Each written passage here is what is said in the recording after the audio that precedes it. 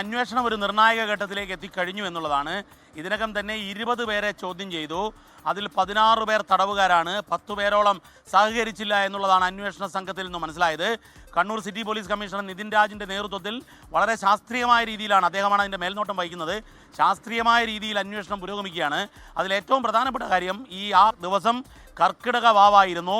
അന്ന് ഡ്യൂട്ടിയിൽ കൃത്യമായ ഉഴപ്പ് നടന്നു. ഡ്യൂട്ടിയിൽ കൃത്യവിലോപം ജയിലിലെ സുരക്ഷാ ചുമതലയുള്ളവർ ഡ്യൂട്ടി പോയിന്റിൽ ഉണ്ടായിരുന്നില്ല എന്ന പ്രാഥമികമായ നിഗമനത്തിൽ പോലീസ് എത്തിക്കഴിഞ്ഞു എന്നുള്ളതാണ് ഏറ്റവും പ്രധാനപ്പെട്ട കാര്യം. മറ്റൊന്ന്, അതായത് CCTV സർവൈലൻസ് പോയിന്റിൽ ഉണ്ടായിരുന്നില്ല. മറ്റൊന്ന്, ഈ 10 ബ്ലോക്കിലെ B ബ്ലോക്കിലെ ആ പ്രദേശത്ത് ഉണ്ടായിരുന്നില്ല.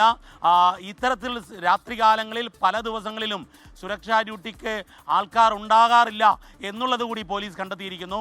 ജയിൽ അധികൃതരുടെ മൊഴിയെടുക്കുമ്പോൾ, അവരെ ചോദ്യം ചെയ്യുമ്പോൾ അതിൽ ഈ സ്റ്റാഫ് സ്ട്രെങ്ത് വളരെ കുറവാണ്, ജയിലിൽ തടവുകാരുടെ എണ്ണം കൂടുതലാണ് എന്നുള്ള മൊഴിയാണ് പോലീസിന് ഈ അന്വേഷണത്തിൻ്റെ ഭാഗമായി ലഭിച്ചത് എന്നുള്ളതും നിർണായകമാണ്. SKN മറ്റൊരു പ്രധാനപ്പെട്ട കാര്യം, SKN ഇതിൽ ഈ ഗോവിന്ദച്ചാമിയുടെ സെല്ലിൽ തന്നെയുള്ളതാണ് തേനി സുരേഷ് എന്ന തടവുകാരൻ. അദ്ദേഹവും ഒരു ക്രിമിനൽ തന്നെയാണ്.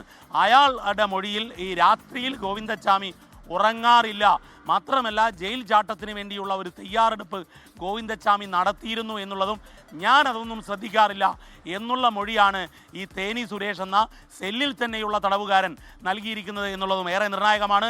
മറ്റൊരു പ്രധാനപ്പെട്ട കാര്യം, SKN ഈ ഗോവിന്ദച്ചാമിയുടെ ജയിൽ ചാട്ടത്തിന് ശേഷം ജയിലിലുള്ള സ്വാതന്ത്ര്യമില്ലാതായി എന്ന് നിരവധി പേർ, അതായത് 16 തടവുകാരുടെ മൊഴിയെടുത്തതിൽ ഭൂരിപക്ഷം പേരും പോലീസിന് നൽകിയ മൊഴിയിൽ ഞങ്ങൾക്കൊരു സ്വാതന്ത്ര്യമുണ്ടായിരുന്നു, ആ സ്വാതന്ത്ര്യം ഗോവിന്ദച്ചാമി ജയിൽ ചാടിയതോടെ ഇല്ലാതായി എന്ന് പറയുമ്പോൾ ഏറെ നിർണായകമായ, നടക്കാൻ പാടില്ലാത്ത പലതും കണ്ണൂർ ജയിലിൽ നടന്നിരുന്നു എന്ന സൂചന തന്നെയാണ് നമുക്ക് ലഭിക്കുന്നത്. SKN.